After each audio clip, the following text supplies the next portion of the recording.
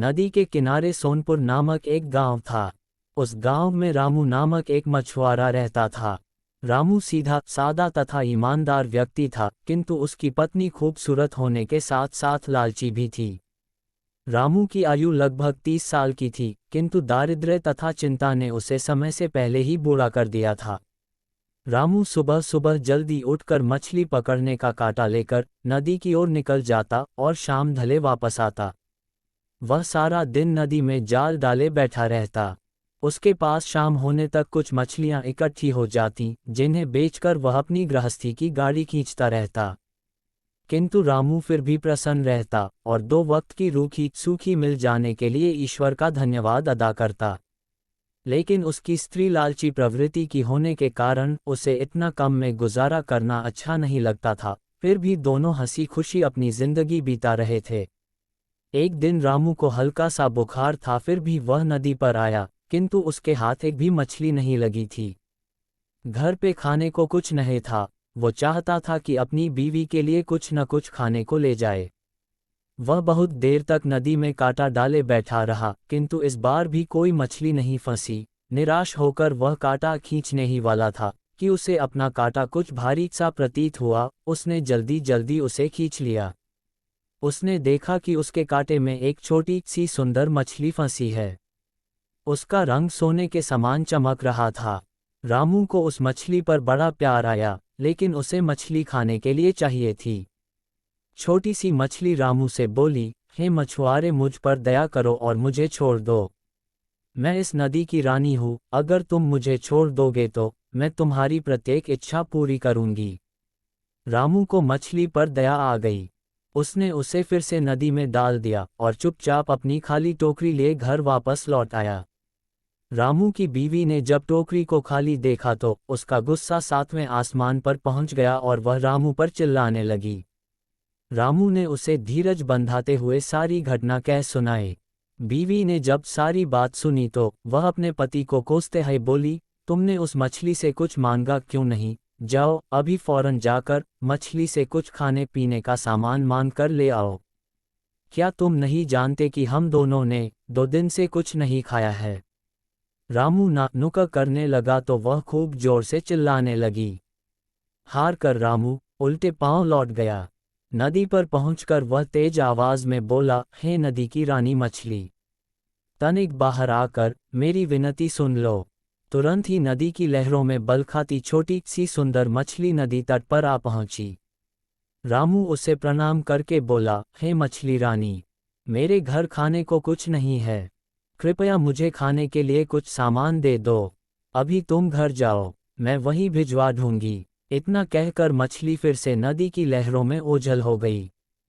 रामू जब घर पहुंचा तो घर के बाहर खाने पीने की ढेरों चीजें रखी हुई थीं। उसने अंदर से अपनी पत्नी को बुलाया। दोनों ने मिलकर सारी चीजें घर के अंदर रखीं। रामू इस काम को अभी खत्म भी न कर पाया था कि रामू की बीवी फिर से बोली, सुनो जी, केवल खाने पीने की वस्तुओं से क्या होता है? जाओ जाकर मछली से बढ़िया बढ़िया कपड़े तथा जेवर मांग कर ले आओ। मछुआरा उसे समझाते हुए बोला, देखो अभी अभी तो मैं इतनी सारी चीजें मांग कर लाया हूँ। बार बार मांगना अच्छी बात नहीं है। बाकी चीजें कल जाकर मांग लूंगा। रामू की बीवी ने उसकी एक न सुनी और वह चीखने चिल्लाने लगी। अंत में हार मानकर मछुआरे को जाना ही पड़ा। वह नदी किनारे पहुंचकर बोला, हे सागर की रानी मछली, तनिक बाहर आओ और मेरी विनती सुनो। पहले की तरह मछली नदी किनारे आ गई। रामू ने झिझकते हुए फिर से अपनी पत्नी की इच्छा उसके सामने रखी। मछली बोली, उसकी इच्छा पूरी हो जाएगी। रामू जब अपने घर वापस लौटा तो उसने देखा कि उसकी पत्नी सुंदर वस्त्र और गहने पहने सजी धजी बैठी हुई थी और बहुत खूबसूरत लग रही थी। रामू को देखते ही वह बोली, सुनो जी, ये कपड़े तथा जेवर पहनकर मैं इस झोंपड़ी में रहती हुई अच्छी नहीं लगती। तुम कल सुबह जाकर मछली से रहने के लिए एक बड़ा घर मांग लेना। रामू चुपचाप उसकी बात सुनता रहा। सुबह होते ही रामू की बीवी ने रामू को बिना कुछ खिलाए पिलाए नदी पर भेज दिया। रामू हैरान परेशान हो रहा था कि आखिर उसकी बीवी को क्या हुआ है। खैर, रामू ने फिर से मछली को याद किया। जब वह आई तो रामू बोला, हे नदी की रानी, मेरी पत्नी झोंपड़ी में रहते हुए बहुत दुख झेल रही है, इसलिए उसके रहने के लिए एक बड़े घर की ज़रूरत है। यह इच्छा भी पूरी हो जाएगी। इतना कहकर मछली नदी की लहरों में ओझल हो गई। रामू जब घर लौटा तो उसने देखा कि उसकी झोंपड़ी के स्थान पर वहां एक बहुत सुंदर घर खड़ा है और उसकी बीवी उसके अंदर सजी धजी बैठी है। वह बहुत खुश दिखाई दे रही थी। कुछ दिन इसी प्रकार बीत गए। अब लालची औरत का लालच फिर सिर उठाने लगा। एक दिन वह सुबह सुबह रामू से बोली, मैंने दिन रात काम करते हुए अपना सारा जीवन बिता दिया। तुम उस जादुई मछली से नौकर चाकर तथा सुख सुविधा का दूसरा सामान देने को कहो। रामू ने उसे समझाने का प्रयत्न किया किंतु उसकी पत्नी तो लालच में अंधी हो गई थी, उसने रामू की एक न सुनी। मजबूर होकर रामू पुनः नदी की ओर चल दिया। वहां पहुंचकर उसने जादुई मछली के सामने अपनी इच्छा रखी। मछली मुस्कुराकर उसकी दृष्टि से ओझल हो गई।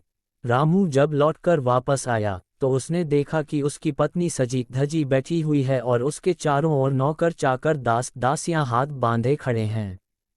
एक दिन रामू की बीवी सुबह सुबह रामू से लड़ने झगड़ने लगी। वह चाह रही थी कि रामू मछली से उसे पूरी पृथ्वी की महारानी बनाने को कहे। जब वह किसी तरह नहीं माना तो उसकी बीवी ने क्रोध में अपना आपा खो दिया और नौकरों द्वारा रामू को मार पीट कर घर से निकाल दिया।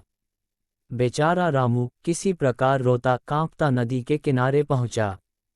उसने जादुई मछली को फिर से याद किया। किनारे पर आते ही जादुई मछली ने पूछा, अब तुम्हारी स्त्री को किस चीज की इच्छा है? रामू बोला, हे मछली रानी, आज से पहले तो मैं अपनी पत्नी के कहने पर ही सब कुछ मांगता रहा, किंतु अब मेरी खुद की एक इच्छा है। मछली मुस्कुराकर बोली, कहो, वह भी पूर्ण हो जाएगी। रामू बोला, मेरी तो बस इतनी सी ही इच्छा है कि तुम अपना धन दौलत नौकर चाकर और घर सब वापस ले लो। मुझे तो बस मेरी पहले वाली झोंपड़ी चाहिए। धन ने मेरे जीवन का सारा सुख चैन छीन लिया है। मछली बोली, ठीक है, यदि तुम्हारी यही इच्छा है तो ऐसा ही होगा। वह अपने घर लौट आया। उसने देखा कि बड़े घर के स्थान पर अब झोंपड़ी है और अंदर रामू की बीवी है।